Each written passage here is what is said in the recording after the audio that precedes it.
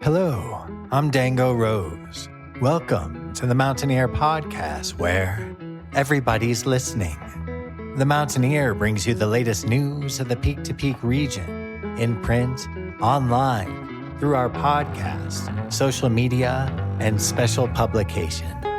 Now, listen in to the latest news of the area with our local journalists.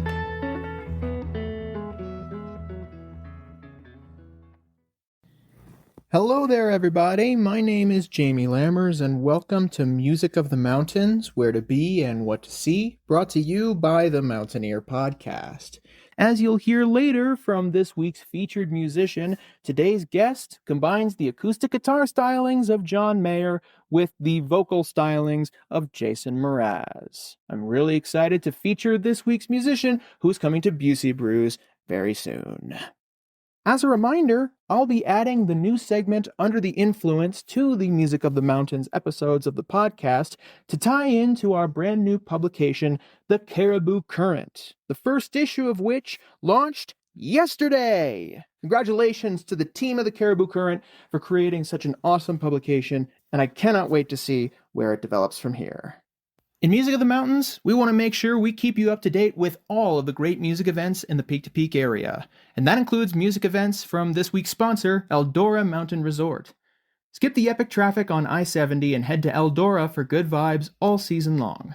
Eldora is your go-to spot for non-stop winter fun, with great local skiing and riding, plus slopeside DJs and the App Race Music Series. Don't miss the Full Moon Ski Tour, the Timbers Rail Jam, or the Morning Uphill Grind.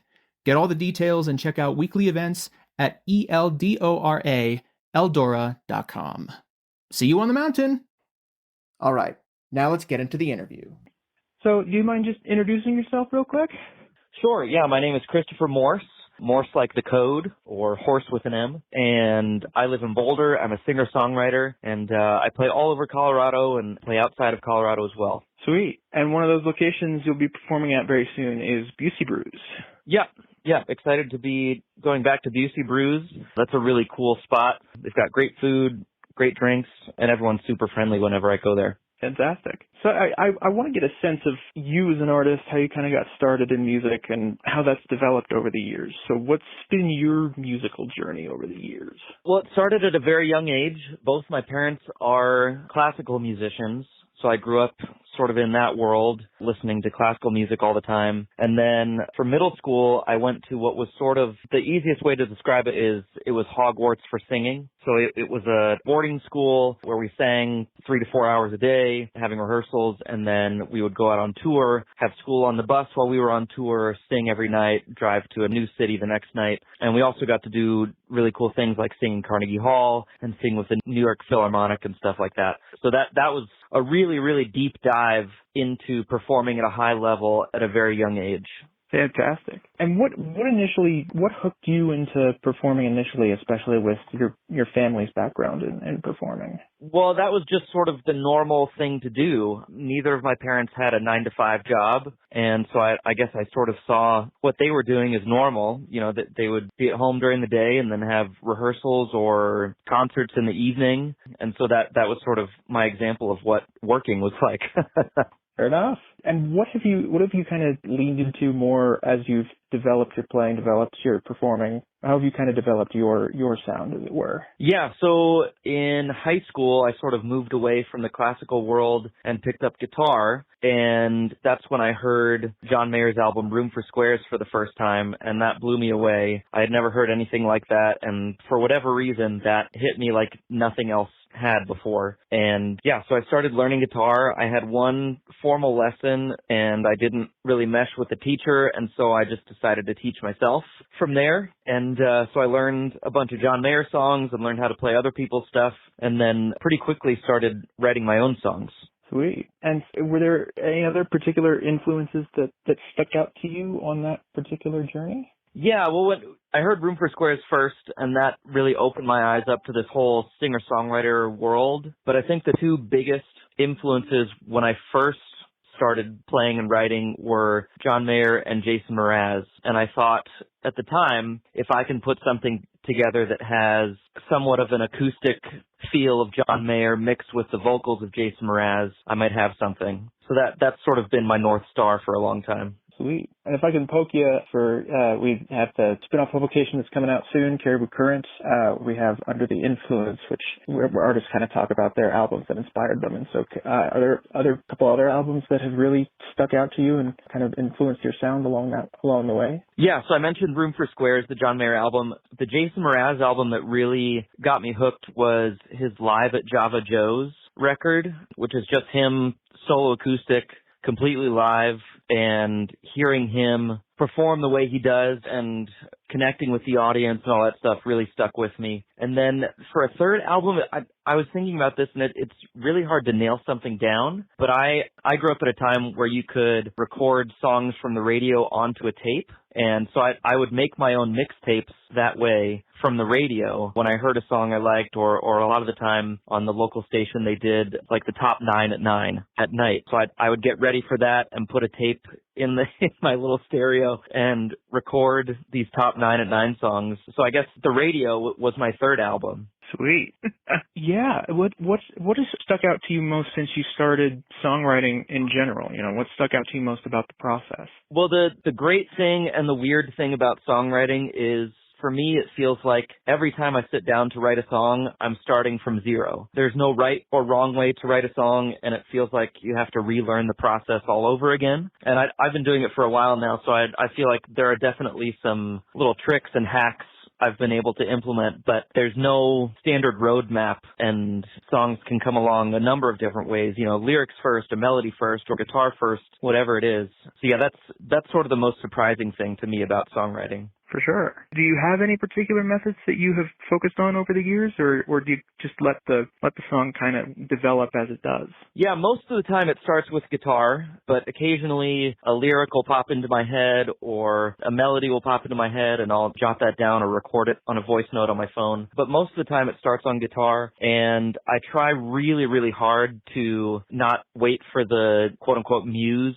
to hit me. I try really hard to make songwriting a practice and work it out like it's any other muscle group that you would go to the gym for. So I try to have a schedule for songwriting and stick to that schedule and make sure, I guess the best way to put it is make sure I'm prepared for when the muse does hit, I can really take advantage of it and ride that creative wave. Sweet. And so what has stuck out to you most over all that time as well about being able to perform, being able to share this music with people, especially since you've been performing from a very young age? Yeah, I think the best part of performing for me is just being able to connect with people. That's why I do this. I've had a lot of struggle in my life, and I know a lot of other people do too, and I write about that kind of stuff, and it's amazing after a show to hear someone say, this lyric really connected with me, or I really resonated with that song or whatever. And just finding that connection is really therapeutic for me, but it also helps me feel a little less alone in my struggle. I feel like that's part of the human condition, unfortunately, that we all have a lot of similar experiences, and it's so easy to feel like we are the only ones who are going through that at that particular time, or the only ones who have ever gone through that. And for me, my music and that connection it's able to have with other people really helps me feel like I'm less alone, and I really hope that it does that for other people as well. Absolutely. And yeah, it sounds like that's really what you hope people will take away from your music and your performances is that sense of connecting with what you're putting out there and realizing that there are other people that kind of have those same experiences. Yeah, that's the hope. Yeah, it doesn't always happen, but yeah, whenever I'm really able to connect with an audience and really get vulnerable on stage, which can be a challenge for me, that's usually the outcome. People say, like, it was so brave of you to tell that story, or let us in on your experience, and that reminded me of this thing I went through. And yeah, just sharing that connection is always the goal. Sweet. And you performed all around Colorado in general with your music. And so what has stuck out to you about the Colorado music scene as well? What connects to you most about performing here? Colorado's great. Everyone is super receptive to live music, and there are a ton of musicians here, which is amazing. There's a really cool community surrounding being a musician and songwriting and all that stuff. But in general, just Coloradans are super receptive to going out to see live music and receptive to checking something something out that they haven't heard before, which has been really, really nice and refreshing. Amazing. And yeah, in general, are there any projects that you have been working on or that you really want to make sure people know about? What's been going on in terms of building projects, if anything? Yeah, well, earlier this month in January, I went down to Nashville to do some recording. And so I've got a batch of songs that are being finished right now. And the plan is to release singles each month for 6 or 7 months out of the year. And I'm hoping that will start in March. So right now we're finalizing production and, making little tweaks here and there. But the songs are in a really good spot, and it's some of the most vulnerable work I've ever done. I also think it's some of the most ear-catching and catchy songwriting I've done, so I'm really excited to share it. Fantastic. And yeah, I'm just trying to think, is there anything else in general that you want to make sure people know about your work and upcoming performances, anything along those lines? Well, I play all over Colorado all the time. I would love to see any of your listeners or readers at a show, and I always love connecting with people, like I said, so I'm happy to chat after I play. And, I feel like part of my job as an artist is to be vulnerable and tell people about me, but I also love hearing about other people too. So whenever I meet people after a show, I try and ask them about their story. And so, yeah, if you happen to make it out to a show, let's have a chat and let's get to know each other. Fantastic. Yeah, I think those are the big questions that I have on my end. Okay. Yeah, I really want to thank you so much for coming on and joining us for the podcast. This was great. Yeah, of course. Thanks so much for asking me to join, and I look forward to being in Netherlands very soon. Absolutely. Thank you so much to Christopher for coming on board and joining us for the podcast. He'll be performing live at Busey Brews, located at 70 East 1st Street in Netherlands on Sunday, February 22nd, 2026, starting at 2 p.m. To learn more about Christopher and his music, be sure to head to his website at christophermorsemusic.com. Thank you so much, everybody, for tuning in to this week's Music of the Mountains, Where to Be and What to See, brought to you by the Mountain Ear Podcast. Keep an ear out for the next episode of the podcast, and subscribe wherever you get your podcasts: Spotify, Apple Music, YouTube, Podchaser, the works. If you want to subscribe to the physical or digital editions of the Mountaineer newspaper, be sure to head to our website, themtnear.com, and click on the subscribe button in the top right corner of our homepage. If you have any inquiries about our podcast, then be sure to reach out to me at media@themountaineer.com or to my co-host Tyler Hickman at tyler@themountaineer.com. And if you have any other questions or general inquiries about the newspaper itself, be sure to reach out to our editor-in-chief, Barbara Hart, at info@themountaineer.com or reach out to frontdesk@themountaineer.com. Thank you so much for listening. Have a great rest of your day.